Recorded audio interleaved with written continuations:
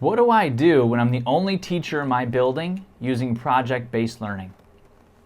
My name is Ryan Stoyer and welcome to PBL Simplified for Teachers, designed to answer your need to knows to simplify the PBL process for your classroom.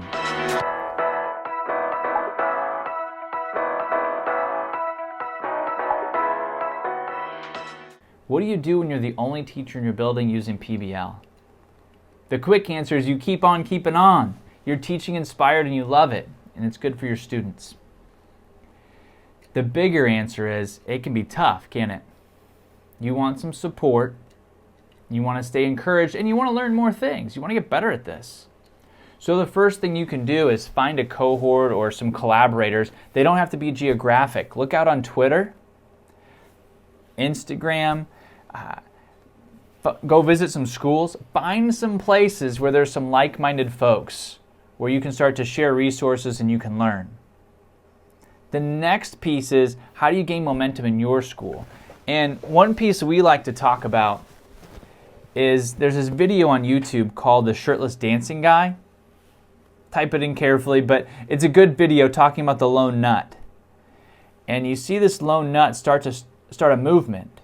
And it starts with this person that's just out on their own, the innovator in the first part of the innovation curve, doing their own thing, and that's you. But then what happens is you get a first follower, and you want to treat that first follower as an equal. You want to invite them in, support them, let them come see, let them give feedback as an equal so they can start to learn. Because what the rest of your staff is looking at, they see you as the lone nut and they say, well, that's just Ryan, he's out there, he's a lone nut. But when you get a first follower, that's different. They're going to watch the first follower and watch their success. And when they're successful, you'll get a whole nother section of that innovation curve. You'll get that early majority, the early adopters to come in and say, well, if that first follower's in there, must be a reason. It's not just the lone nut now.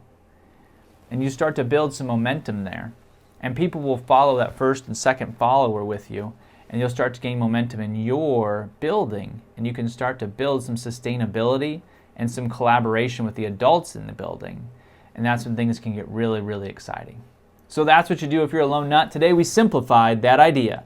We simplified what do you do if you're the lone nut. You can reach out to the broader PBL community, and then you can intentionally build some momentum within your building so that you can go out and engage your learners, tackle boredom, and transform your classroom.